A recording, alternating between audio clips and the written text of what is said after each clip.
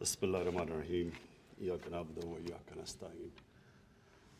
میں واقعی آج بڑا خوش ہوں کیونکہ بڑی 3 مہینے محنت اور کوشش کے بعد یہ کانسیپٹ کلیئر ہوا، اور ڈاکٹر انیس جو چیئرمین ہیں، میں ان کا خاص طور پہ شکر گزار بھی ہوں اور ان کو خراج تحسین بھی پیش کرتا ہوں کہ انہوں نے ایک پورا روڈ میپ اب سامنے رکھا ہے کہ اب یہ جو رحمۃ اللہ عالمین اتھارٹی ہے، اس کے کون کون سے سٹیپس ہوں گے، immediate term, short term, medium term اور لانگ ٹرم۔ میں سب سے پہلے اپنی قوم کے سامنے جو بات رکھنا چاہتا ہوں کہ کیوں ضرورت پڑی اس کی۔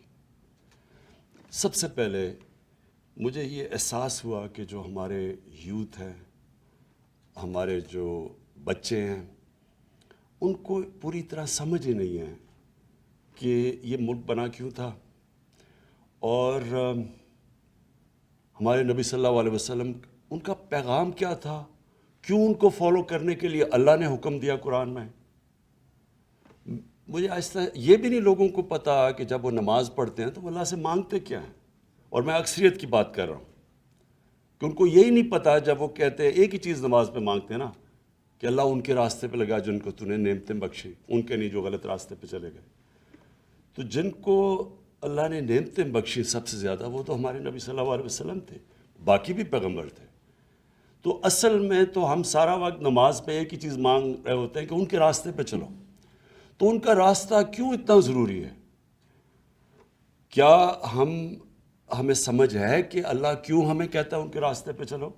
کیونکہ دنیا کی تاریخ کا کبھی کسی انسان نے وہ اچیو نہیں کیا، کبھی اس کی یعنی آپ 5% بھی اچیومنٹ نہیں جو کہ ہمارے نبی صلی اللہ علیہ وسلم نے کی، اور نہ کوئی کر سکتا ہے۔ یہ جب 100 گریٹسٹ مین ان کے اوپر ایک کتاب ہے، پتہ نہیں اس کا کیا نام ہے، ہارٹ یا کچھ ہے، وہ نمبر 1 پہ ان کو کیوں رکھتا ہے؟ وہ تو مسلمان نہیں ہے، لیکن وہ اچیومنٹس پہ رکھتا ہے کہ کسی انسان نے وہ چیزیں اچیو نہیں کی۔ تو اللہ ہمیں کیوں کہتا ہے کہ ان کے راستے پہ چلو؟ ہماری بہتری کے لیے۔ جب وہ کہتا ہے کہ وہ 2 راستے آپ کے سامنے، ایک اللہ کی وہ راستے جس پہ اللہ نے نعمتیں بخشی ہیں، تو وہ جو راستہ ہے وہ آسان راستہ نہیں ہے، کیونکہ نبی صلی اللہ علیہ وسلم کا آسان راستہ نہیں تھا، لیکن وہ انسان کی عظمت کا راستہ تھا۔ تو ہمیں مجھے احساس ہونا شروع ہوا بہت پہلے، پولیٹکس میں آنے سے بھی پہلے، کہ مجھے یہ احساس ہونا شروع ہوا کہ ہمیں کسی کو، میں نے جب کم از کم میں جب اسکول میں تھا تو میں نے جب پڑھا تو مجھے کبھی یہ چیزیں نہیں کسی نے بتائی۔ مجھے میری دینیات اور اسلامیات کی کلاس کے اندر مجھے کبھی یہ نہیں بتایا گیا کہ کیوں میں نبی صلی اللہ علیہ وسلم کے راستے پہ چلوں۔ پھر مجھے یہ بھی نہیں بتایا گیا کہ وہ ریاست مدینہ، وہ کیا اس کے کیا پرنسپلز تھے کہ ایک دم وہ لوگ جن کی حیثیت ہی کوئی نہیں تھی، دیکھتے دیکھتے 2 سپر پاورز ان کے سامنے گرتی ہیں اور دنیا کی امامت کرنا شروع کر دیتے ہیں۔ وہ کون سے پرنسپلز تھے؟ ہمیں تو سارا وقت جو بتایا گیا تھا کہ دیکھیں جی اگر آپ نے آگے بڑھنا ہے تو وہ برطانیہ، اور میں جب اسکول میں تھا تو نہیں ہمیں آزادی ملی تھی، تو ہماری بھی ذہنی غلامی تھی کہ ان کے راستے پہ چلو۔ وہ دیکھو وہ جو انگریز ہے، جو ان کا سسٹم ہے، جو ویسٹ منسٹر ڈیموکریسی ہے، اس کے راستے پہ چلو اگر اوپر جانا ہے۔ ہمیں پڑھایا کچھ جاتا تھا، لیکن اصل میں ہمیں یہ کہا جاتا تھا کہ اصل میں انسان اوپر جا ہی نہیں سکتا جب تک ان کے راستے پہ نہ چلو جنہوں نے آپ کے اوپر حکومت کی تھی۔ اور یہ سب سے بڑا مسئلہ ہے کہ ہمارے میں ایک ڈسکنیکٹ ہے۔ ہماری ہم جب دین کی اپنے بچوں کو تعلیم دیتے ہیں، ہم ان کو یہ بتا ہی نہیں سکتے کہ کیا وجہ ہے کہ آپ کو یہ جو ہم آپ کو پڑھاتے ہیں کہ ان کے راستے پہ کیوں چلو۔ تو دیکھیں، میں کوئی اسلامک اسکالر نہیں ہوں، میری تو اپنی زندگی سے سارے تجربہ ہوا ہے مجھے۔ میں تو اسلام کی طرف، دین کی طرف، اسلام تو خیر ہم پیدا ہی اسلام میں ہوئے تھے، لیکن دین کی طرف سے تو میں اپنی زندگی کے تجربے سے آیا ہوں۔ اور وہ کیسے؟ کیونکہ مجھے 2 مختلف کلچرز کو میں نے اندر سے دیکھا، اپنے پاکستان کا تو میں ماں باپ اور ہمارے اسکول کلچر تو دیکھ ہی لیا تھا، لیکن میں نے مغربی کلچر کو اندر سے دیکھا، اور پھر میں نے اپنا تجزیہ کر کے میں پھر ان نتیجوں پہ پہنچا، اور آہستہ آہستہ جو اصل چینج جب میرے میں آیا، جب میں نے نبی صلی اللہ علیہ وسلم کی زندگی پڑھی، ان کی سیرت پڑھی، اسٹڈی کیا اس کو، تو اصل میں تو چینج تب میرے میں آیا۔ تو میں یہ سمجھتا ہوں کہ جو ہم نے اپنے بچوں کو اگر ہم نے صحیح تربیت دے دی اور صحیح معنی میں ان کو سیرت نبی، ان کو اسکول سے ان کو صرف بتا دیا کہ وہ ان کا راستہ کیا تھا، یہی اس قوم کو اوپر اٹھا دے گی۔ کیونکہ کوئی قوم جس کا کیریکٹر بڑا نہیں ہوتا وہ بڑی قوم نہیں بن سکتی۔ تو جو انہوں نے مدینہ میں کیا کیا تھا، انہوں نے سب سے پہلے تو 2 پرنسپلز پہ مدینہ کی ریاست بنائی، عدل اور انصاف اور فلاحی ریاست، اور انہوں نے پھر انسانوں کی کیریکٹر بلڈنگ کی۔ وہی لوگ تھے، انہوں نے ان کو جو کیریکٹر کی ٹرانسفارمیشن کی، یہی چینج تھا۔ تو وہ تو دنیا کے سامنے وہ لوگ جو عرب 2 سپر پاورز کے بیچ میں تھے، کوئی حیثیت نہیں تھی، وہ ایک تاریخ ہے۔ یہ کوئی یعنی باقی اللہ کے پیغمبروں کی تاریخ میں اس طرح ڈیلی زندگی کسی کی بھی نہیں ہے۔ یہ ہمیں اپنے نبی کی تو ہمیں پہلے دن سے پتہ ہے کہ ان کی زندگی کب انہوں نے ہجرت کی اور پھر کب دنیا سے گئے، وہ سارے ان کا ریکارڈ ہے ہمارے پاس، کہ کب جنگ بدر ہوئی، پھر خندق ہوئی، پھر وہ جو ان کو صلح حدیبیہ ہوئی، یہ سارا تاریخ کا حصہ ہے۔ تو ایک سمجھ لیں، ہمیں کبھی اپنے آپ سے پوچھتے رہیں کہ یہ کیا ٹرانسفارمیشن تھی کہ ایک دم یہ کہیں بھی دنیا کا اس کی کوئی مثال نہیں ہے کہ ایک دم ٹرانسفارم ہو کے ایک دنیا کی امامت کی۔ اس لیے اللہ کہتا ہے کہ ان کی زندگی سے سیکھو، ہماری بہتری کے لیے۔ ہم اگر اس پہ چلیں گے قوم اٹھ جائے گی، اگر انسان ان کو کاپی کرے گا وہ کیریکٹر بڑا ہو جائے گا۔ پھر جب سے مجھے حکومت ملی تو میں نے یہ کیوں میں نے رحمت اللہ عالمین اتھارٹی کا فیصلہ کیا؟ سب سے پہلے میں کیونکہ مغربی کلچر بھی سمجھتا تھا، اپنا بھی کلچر دیکھا، تو میں نے یہ ریئلائز کیا کہ گورنمنٹ کئی چیزیں نہیں ٹھیک کر سکتی۔ کیا نہیں ہم ٹھیک کر سکتے؟ مدینہ کی ریاست میں جو قرآن کی آیت ہے، امر بالمعروف، اچھائی کے ساتھ کھڑی اور برائی کو ختم کرو، یہ جو برائی کے خلاف کھڑے ہو، یہ جو بیسک جس کو ایک مورالٹی یا ایتھکس ایک سوسائٹی کی، اس کے اوپر بیس ہوتی ہے۔ تو میں نے جب دیکھا کہ ہمارے سے وہ بہت آگے ہے مغرب، برطانیہ کا جو سوسائٹی ہے وہ ہمارے سے بہت آگے ہے، وہ واقعی برائی کو دباتی ہے اور اچھائی کے ساتھ کھڑی ہوتی ہے۔ ان کی جو ایتھکس ہے، ان کی جو مورالٹی ہمارے سے بہت آگے ہے۔ کبھی بھی وہاں کوئی تصور بھی نہیں کر سکتا کہ وہ پبلک کا پیسہ چوری کرے، کوئی مقصود چپڑاسی کے نام پہ 4.25 ارب روپیہ رکھتے اور وہ کئی شکل بھی دکھا سکے۔ سوسائٹی روکتی ہے اس کو، کیونکہ میں نے تو وہاں دیکھا ہوا ہے۔ وہاں ایک لارڈ آرچر تھا، بڑا قریب تھا مارگریٹ تھیچر کے، وہ صرف اس نے عدالت میں جا کے اس کا جھوٹ پکڑا گیا، 3 سال جیل میں گزارا۔ سب سے طاقتور پرائم منسٹر کا وہ قریبی آدمی تھا۔ لارڈ آرچر نے 3 سال جیل میں گزاری، کوئی اس کو کھانے پہ نہیں بلاتا تھا۔ سنگاپور میں لی کوان یو نے جب سنگاپور کو چینج کیا، جب سنگاپور میں بھی بڑی کرپشن تھی، اس نے جب کرپشن چینج کیا، ذہن چینج کیا، امر بالمعروف وہ امپلیمنٹ کیا، تو اس کا جب قریبی دوست تھا جو منسٹر، جب اس نے کرپشن کی پکڑا گیا، خودکشی کی اس نے، کیونکہ اس کو پتا تھا معاشرے میں اب مجھے کوئی آنے نہیں دے گا۔ میں اپنی کیبنٹ کو بھی بتاتا رہتا ہوں کہ امریکہ کے اندر ایک بہت بڑا ملٹی بلینئر تھا، بانی میڈوف، اس کے اوپر فلم بھی بنی ہوئی ہے۔ سب سے سارے بڑے بڑے لوگ، سیلیبریٹیز اس کو ملا کرتے تھے، سب سے طاقتور، بڑا پرومیننٹ آدمی کہنا جاتا تھا، امیر ترین تھا۔ پتہ وہ ایک فراڈ سکیم، پونزی سکیم میں پکڑا گیا۔ اس کے 2 بیٹے تھے، ایک نے خودکشی کی، دوسرا گھر کے اندر ہی بند ہو گیا اور بیماری سے مر گیا, بیوی نے طلاق دے دی. ابھی رپورٹ ایک اور ابھی دیکھ رہا تھا, اس کی بہن اور اس کی بہن کے ہسبینڈ نے خودکشی کر لی. یہ کیوں کی ہے؟ کیونکہ معاشرے کے اندر جگہ ختم ہو جاتی ہے ان کی. تو ہم اگر کرپشن سے یہاں لڑنا ہے, اور یہ یاد رکھیں کہ ملک صرف غریب اس لیے ہوتے ہیں کرپشن کی وجہ سے. ساری دنیا کے اندر آپ اسٹڈی کر لیں, جو غریب ملک ہے, ہر ملک کے اندر کرپشن ہے جو غریب ہے. اور سوئٹزرلینڈ جیسا ملک جس کے کوئی وسائل ہی نہیں ہے, سب سے امیر ترین ملک ہے, کیونکہ وہاں کرپشن نہیں ہے, رول آف لا انڈیکس میں سب سے اوپر ہے.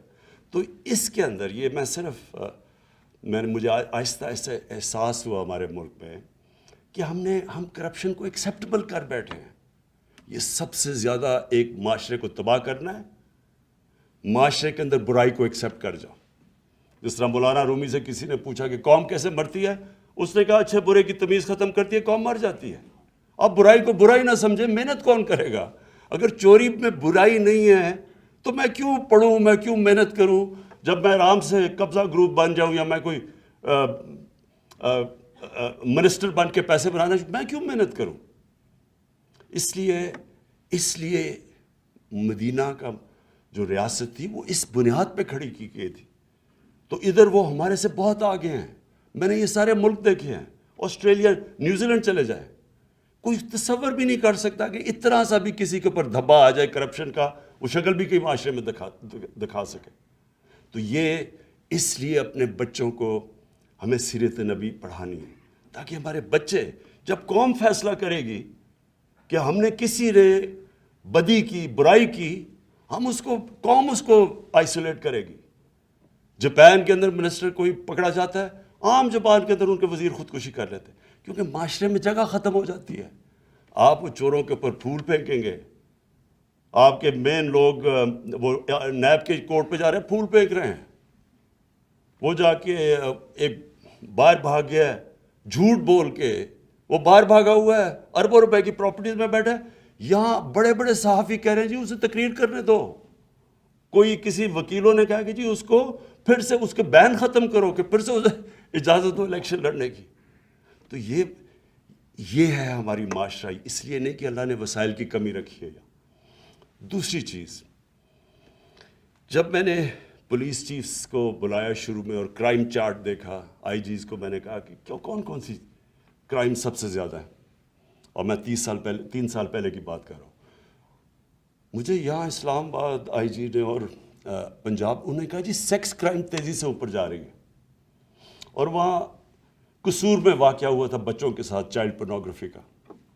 میں نے بڑے چن کے ایک ڈی آئی جی کو چنا, اور میں نے کہا تم خود جا کے, کیونکہ وہاں کچھ پکڑا کوئی نہیں جا رہا تھا. تو ڈی آئی جی نے جب واپس آ کے مجھے رپورٹ دی, تب سے مجھے خوف ہونا شروع ہوا. پہلے تو سیکس کرائم سارے پاکستان میں بڑھ رہی تھی. دوسرا, اس نے جو رپورٹ دی اس نے کہا جی وہاں اس نے کہا جب تک آپ نے ٹیچرز کو, علماء کو, معززین کو ساتھ نہ ملا کے پوری کیمپین نہ کی, ہم کچھ نہیں کر سکتے, کیونکہ کوئی رپورٹ ہی نہیں کرتا کرائم. اب پولیس تو تب پکڑے گی جب کوئی کرائم رپورٹ کرے گا. تو جب کوئی کرائم ہی نہیں رپورٹ کر رہا, پولیس نے کیا ایکشن لینا ہے؟ تو آہستہ آہستہ یہاں بھی جب میں نے کرائم چارٹ دیکھا تو ریپ اور چائلڈ ابیوز, جو بچوں سے زیادتی ہے, وہ دونوں بڑھ رہی ہیں. اور اس کی جو سب سے تکلیف دہ چیز ہے کہ 1% بھی نہیں رپورٹ ہوتی پولیس میں.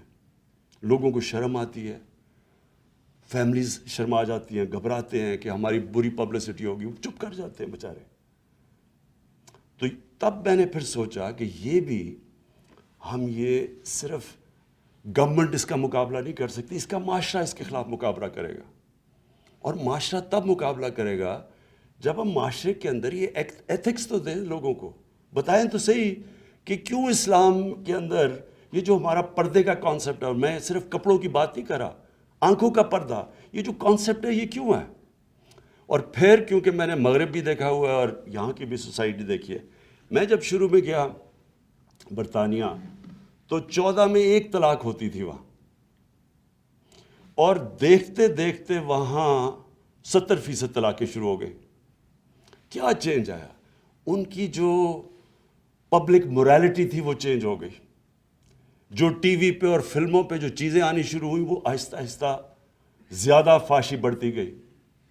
جیسے جیسے اور تو پھر جب ہم اپنا دین کو اسٹڈی کرتے ہیں کہ یہ پردہ کیا کانسیپٹ ہے. پردہ تو فیملی سسٹم کو پروٹیکٹ کرنے کے لیے. اور اس کے اوپر اگر کبھی کسی نے سمجھایا لوگوں کو کہ اس کے پیچھے کیا ہے. ہم تو صرف کیا کہتے ہیں آرڈر کر دیتے کہ جی کپڑے ایسے کرو ویسے پہلے اس کی سائیکالوجی تو پیچھے بتائیں کہ کیوں کہہ رہے ہیں آپ, کیونکہ اس کے پیچھے تو بڑا فلسفہ ہے. اور جیسے جیسے ایک سوسائٹی کے اندر آپ فحاشی بڑھاتے رہے, سب سے پہلا مسئلہ آتا ہے فیملی سسٹم میں. آپ اگر ہالی ووڈ کے اندر آپ ذرا کبھی پڑھ لیں کہ ہالی ووڈ میں جدھر سے سارا ٹرینڈز نکلتی ہیں تو وہاں ایک شادی 2.5 سال لاسٹ کرتی ہے ایوریج پہ, کیونکہ آپ بڑھاتے جائیں گے وہ اس کا ڈائریکٹ امپیکٹ فیملی سسٹم پہ پڑے گا. اور پھر فیملی سسٹم جب ایک گھر ٹوٹتا ہے تو اس کے کیا معاشرے کے اوپر مسئلے آتے ہیں. کیوں ہمارے دین کے اندر اتنا زور ہے کہ اپنی فیملی کو پروٹیکٹ کرو. ڈیورس کیوں اتنی بری سمجھی جاتی ہے؟ کیونکہ اس کا بچوں پہ افیکٹ پڑتا ہے. تو جب ہم وہاں دیکھتا ہوں تو ان کی بہت بڑی تباہی آئی ہے اس کی وجہ سے. سارا مغرب کے اندر پچھلے 30-40 سال دیکھیں فیملی سسٹم ٹوٹتا جا رہا ہے. ہم ان سے بہت آگے. اللہ نے ہمارا فیملی سسٹم ابھی بھی پروٹیکٹ کیا ہوا ہے. اور ابھی بھی ہمارے علماء کو, ہماری یہ اتھارٹی, کم از کم ہم اپنے یوتھ کو یونیورسٹیز میں کالجز میں بتائیں تو صحیح کہ فلسفہ اس کے پیچھے کیا ہے, کیا پرابلم ہوتا ہے جب فیملی ٹوٹتی ہے. بچوں کے اوپر کیوں نہیں بچے کمپیٹ کر سکتے ایکڈیمکلی جب ایک ٹوٹے ہوئے گھر سے آتے ہیں. ان کے اس کے بڑے اب اس کے اوپر کافی ریسرچ ہوئی ہے. ہمارے لوگوں کو پوری طرح اس کی سمجھ.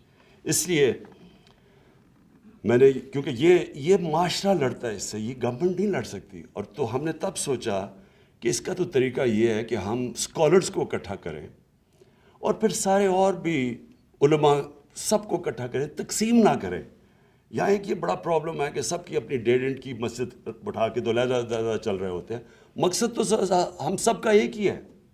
تو اس لیے کامن گراؤنڈ پہ سب کو اکٹھا کریں اور پھر اپنی اسکولوں سے شروع کریں. جس طرح ڈاکٹر انیس نے بالکل بات ٹھیک کی کہ کارٹونز جو ہیں ان کے اندر آپ دیکھیں کلچر کیا آتا ہے. آپ کارٹون ذرا کبھی دیکھیں, بچے کیا دیکھ رہے ہیں؟ نہ وہاں ماں باپ کی عزت ہے. ماں باپ کی عزت کے پیچھے پورا فلسفہ ہے. فلسفہ کیا ماں باپ کی عزت کے پیچھے؟ ہمارے دین میں کیوں ماں باپ کی عزت ہے؟ آپ ان کے پروگرام دیکھیں جو بچے دیکھ رہے ہیں, اس میں تو ماں باپ کی عزت نہیں ہے, استاد کی عزت ہے. ماں باپ کی عزت کیوں امپورٹنٹ ہے؟ ماں باپ کی عزت اس لیے امپورٹنٹ ہے کہ ماں یا باپ خود جو مرضی زندگی کے اندر گناہ کریں اور برے کام کریں, وہ چاہتے ہیں اپنے بچوں کو ان سے سیکھ کے بچوں کو کہتے ہیں کہ آپ یہ نہ کریں. کیونکہ بچوں کی بھلائی سب سے زیادہ بلوس جو پیار ہوتا ہے وہ ماں باپ کا بچوں سے ہوتا ہے. تو وہ چاہتے ہیں کہ ہمارے بچے کم از کم ٹھیک ہو. اس لیے قرآن میں کہا کہ ماں باپ کی عزت کرو. اس لیے نہیں کہ ماں باپ فرشتے ہیں, اس لیے کہ ماں باپ اپنی جو غلطیاں کی ہیں وہ یہ نہیں چاہتے ہمارے بچے ہماری غلطیاں دہرائیں. اور یہ سارے جو کانسیپٹس ہیں سمجھانے ہم نے, یعنی ہم نے سوسائٹی کو جب پوری طرح ان کی تربیت کرنی ہے تو یہ کانسیپٹس ہیں ہمارے دین کے, ان کو عام آدمی کی زبان پہ سمجھانا ہے ہم نے. اور جو آپ نے بڑا اچھا, میں صرف آپ کے سامنے رکھوں کیونکہ ڈاکٹر انیس آپ نے پہلی دفعہ بڑی محنت کر کے ایک پورا روڈ میپ آپ بنایا ہے ہمارے رحمۃ اللہ عالمین کا. تو کیریکٹر بلڈنگ کے لیے, اچھا کیریکٹر بلڈنگ کے اندر لیڈرشپ بھی آ جاتی ہے. دیکھیں لیڈرشپ جو دنیا میں کوئی بھی پیمانے پہ دیکھ لیں تو وہ لیڈرشپ کسی انسان کی نہیں تھی جو نبی صلی اللہ علیہ وسلم کی تھی. اس کی ٹیسٹ کیا تھا کہ جو ان کے ارد گرد تھے وہ سارے لیڈر بن گئے, جو ان کو دیکھتے دیکھتے لوگ لیڈر بن گئے. جو اگر آپ وہ اسلام کی تاریخ پڑھیں اور وہ جو پیریڈ ان کے بعد جب ان کی دنیا کے جانے کے بعد پیریڈ دیکھیں تو اتنے زیادہ عظیم لوگ کبھی اتنی تھوڑے ٹائم ہسٹری میں آئے نہیں ہیں, کیونکہ جو ان کو دیکھ رہے تھے وہ عظیم لوگ بن گئے. تو سب یہ جو لیڈرشپ کانسیپٹ ہے یہ بہت امپورٹنٹ ہے کہ ہم بتائیں تو صحیح اپنے یوتھ کو کہ لیڈرشپ کی وہ کون سی کوالٹیز ہیں. اور پھر ایجوکیشن, بچوں کو یہ جو سیرت کا بتائیں لوگوں کو کہ کیا وہ کون سی کوالٹیز تھی. فیملی سسٹم میں کیا بیٹھا ہوں. Interfaith communal harmony. یعنی یہ جو ہمارا، ہم کئی دفعہ یہ سمجھتے ہیں، ہم تو تقسیم جو کرتے رہتے ہیں انسانوں کو، ہم یہ ریئلائز نہیں کرتے کہ نبی صلی اللہ علیہ وسلم جو ان کو اللہ نے ٹائٹل دی تھی رحمت اللہ عالمین، وہ انسانوں کو، سب انسانوں کے لیے تھے، سب انسانوں کے لیے رحمت بن کے آئے تھے. وہ یونائٹ کرنے آئے تھے انسانوں کو. جو مساک مدینہ تھا وہ جو یہودی بھی تھے، عیسائی بھی تھے، لیکن ان سب کو انہوں نے یونائٹ کیا تھا. تو یہ جو کانسیپٹ ہے، جو ہم تقسیم کرتے ہیں ہر وقت، اگر برے لیڈر کی سب سے بڑی نشانی یہ ہوتی ہے کہ وہ انسانوں کو تقسیم کرتا ہے، اور بڑا لیڈر وہ ہوتا ہے جو ہمارے نبی صلی اللہ علیہ وسلم انسانوں کو اکٹھا کرنا. جو قائد اعظم نے کوشش کی، ہندو مسلم یونٹی کے ایمبیسڈر سمجھے جاتے تھے شروع میں، اور نیلسن منڈیلا نے جو کیا ساؤتھ افریقہ میں کہ انسانوں کو اکٹھا کیا. اور پھر جو اسلام کا کانسیپٹ ہے، ویسے وہ میں ابھی بھی کہوں کیونکہ میں سب سے زیادہ پیسہ اکٹھا کرتا ہوں. جتنے جو دینی لوگ ہوتے ہیں وہ اپنا فرض سمجھتے ہیں کہ اللہ کی راہ میں دینا. یہ ہمارا بہت بڑا، پاکستان کے اندر ابھی بھی دنیا میں سمجھتا ہوں کہ ہم سب سے زیادہ چیریٹی دیتے ہیں. اور پھر ہیومن رائٹس، ہمیں باہر سے لیکچر ملتے ہیں ہیومن رائٹس کے. یہ سارے ہیومن رائٹس تو نبی صلی اللہ علیہ وسلم، آپ ان کی سیرت جب پڑھیں تو اس میں سارے لکھے ہوئے ہیں کہ کیا انسانی، جو ان کا آخری خطبہ ہے وہ تو ہیومن رائٹس کا چارٹر ہے، اگر آپ اس کو صحیح طرح سمجھیں. تو میں ڈاکٹر انیس آپ کو یہ آج کہنا چاہتا ہوں کہ ہماری پوری گورنمنٹ کی آپ کی سپورٹ آپ کے ساتھ ہوگی، اور یہ مجھے بڑی خوشی ہوئی کہ یہ ہم اسلامک آئیڈیالوجی کونسل قبلہ اعظ آپ ان کے ساتھ ہوں گے، اسلامک یونیورسٹی اس کے اسکالرز بیٹھے ہوئے ہیں، ان کے ٹیچرز بیٹھے ہوئے ہیں. میں یہ بیسکلی چاہ رہا ہوں کہ دیکھیں، یہ اللہ نے جب اس ملک کو بنایا تھا تو یہ بہت بڑی خواب کا نام تھا پاکستان. ہندوستان کے مسلمانوں نے بھی پاکستان کے لیے ووٹ دی تھی جب پتہ تھا کہ انہوں نے پاکستان کا حصہ نہیں بننا، کیونکہ وہ سب چاہتے تھے کہ ایک جو علامہ اقبال نے کہا ہے کہ مثال بنے گی کہ ہم اصل میں اسلام کیا ہے. تو وہ جو سفر ہے، اور پھر میں یہ کہہ دوں کہ یہ جو ہم مانگتے ہیں کہ اللہ سیدھے راستے پہ لگا، سیدھے راستے کا سفر شروع ہوتا ہے. وہ اللہ نے یہ نہیں کہا کہ اس منزل پہ پہنچا دے، انہوں نے کہا نہیں، اس راستے پہ لگاؤ، کیونکہ راستہ کے مطلب ایک مسلسل جد و جہد. سیدھا راستہ کانسٹنٹ ریفارمیشن آف کیریکٹر کا نام ہے. مسلسل اپنے آپ کو آپ ریفارم کر رہے ہوتے ہیں. اور جو قوم بھی جب اس راستے پہ اب جب ہم کہتے ہیں ریاست مدینہ، ایک یہ جہاد کا نام ہے. آپ کو جو قانون کی بالادستی یعنی قانون کی حکمرانی قائم کرنا جہاد ہے، کیونکہ آپ کا مقابلہ مافیاز کے ساتھ ہے. وہ نہیں قانون کے نیچے آنا چاہتے، وہ NRO لینا چاہتے ہیں. وہ آپ کو بلیک میل کرتے ہیں کہ ہم آپ کو چلنے نہیں دیں گے جب تک ہمیں چھوٹ نہ دو. تو یہ جہاد ہے. یہ مسلسل ایک معاشرہ جہاد لڑتا ہے اس عظمت پہ پہنچنے کے لیے. انسان بھی لڑتا ہے اپنے کیریکٹر ریفارمیشن میں، اور ایک معاشرہ بھی جو مدینہ کی ریاست کا کانسیپٹ ہے وہ ایک پوری جد و جہد کرتا ہے. انسانیت کا جو کانسیپٹ ہے ہمارے دین کے اندر، مجھے افسوس سے کہنا پڑتا ہے کہ آپ اسکینڈینیویا جائیں، آپ کو تکلیف ہوتی ہے ان کے انسانیت کا نظام دیکھ کے. کتنی زبردست ویلفیئر اسٹیٹ. وہ جانوروں کو کیسے رکھتے ہیں، انسانوں کی تو دور کی بات ہے. میں آپ کو یقین دلاؤں کہ زیادہ تر مسلمان دنیا میں ہم اپنے انسانوں کو ویسے نہیں رکھتے جو آپ اسکینڈینیویا میں چلا جائے وہ جانوروں کو جس طرح رکھتے ہیں. تو ہمیں وہ اس سفر آغاز کر دیا شروع. مجھے بڑی خوشی ہے کہ جو ابھی تک ہم نے قدم اٹھائے ہیں یہ کبھی پاکستان کی تاریخ میں کسی نے نہیں پہلے اٹھائے. یعنی جو سب سے بڑی چیز ایک گھر میں بیماری ہوتی ہے تو سب سے بڑا حالات، ان کی تکلیف، کیا تکلیف ہوتی ہوگی کہ جب وہ گھر میں کوئی بچہ بیمار، ماں باپ بیمار، کہ ان کے پاس پیسے نہیں علاج کروانے کے لیے. تو ہیلتھ کارڈ، یہ جو سب سے پہلا کہ سارے گھروں کے اندر ہر خاندان کے پاس 10 لاکھ کی ہیلتھ انشورنس، یہ بہت بڑا قدم تھا. بڑی مشکلوں سے ہم یہاں پہنچے. اور اس کے علاوہ بھی جو ہم نے جو احساس کے پروگرامز لے کے آئے ہیں سامنے، یہ بھی سب کبھی اتنا زیادہ پیسہ کسی گورنمنٹ نے خرچ کیا. اور پھر یہ جو پناہ گاہ ہیں، یہ بھی مجھے یاد ہے، ہم جب بھی وہ راوی سے ہم پل کراس کرتے تھے داتا صاحب کے سامنے، وہ بیچ میں وہ جو سڑک کے بیچ میں جگہ ہوتی، وہاں اس طرح لوگ سوئے ہوئے ہوتے تھے. اور میں سوچتا تھا ان کے اوپر وہ سارا ڈیزل کا وہ جو دھواں ہے وہ پڑ رہا ہوتا تھا، ان بیچاروں پہ ساری مٹی پڑی ہوتی تھی. کبھی کسی نے نہیں سوچا کہ کتنا خرچہ آتا ہے کہ آپ پناہ گاہ بنا کے وہ بیچارے وہاں سو جائیں، وہاں کھانا پینا ان کو دے دیں آپ. کوئی خرچہ تو نہیں ہے، احساس صرف چاہیے کہ ایک انسانیت کا آپ کا کانسیپٹ ہو، جو کہ وہ ملک جو اپنے آپ کو مسلمان نہیں کہتے لیکن وہاں ہے. تو میں پھر سے اپنی اتھارٹی کو آج جو ممبرز ہیں ہمارے، جو آپ نے ڈاکٹر نے سب کو انٹروڈیوس کروا دیا، اور میں ایجوکیشن ڈپارٹمنٹ کا میں کہنا تھا کہ شفقت محمود جو ہمارے منسٹر ہیں، ان کی پوری آپ کو کوآپریشن ملے گی، پرائم منسٹر آفس کی ملے گی، جتنی بھی گورنمنٹ کی ڈپارٹمنٹس ہیں ہم آپ کے ساتھ پورا کھڑے ہوں گے. شکریہ.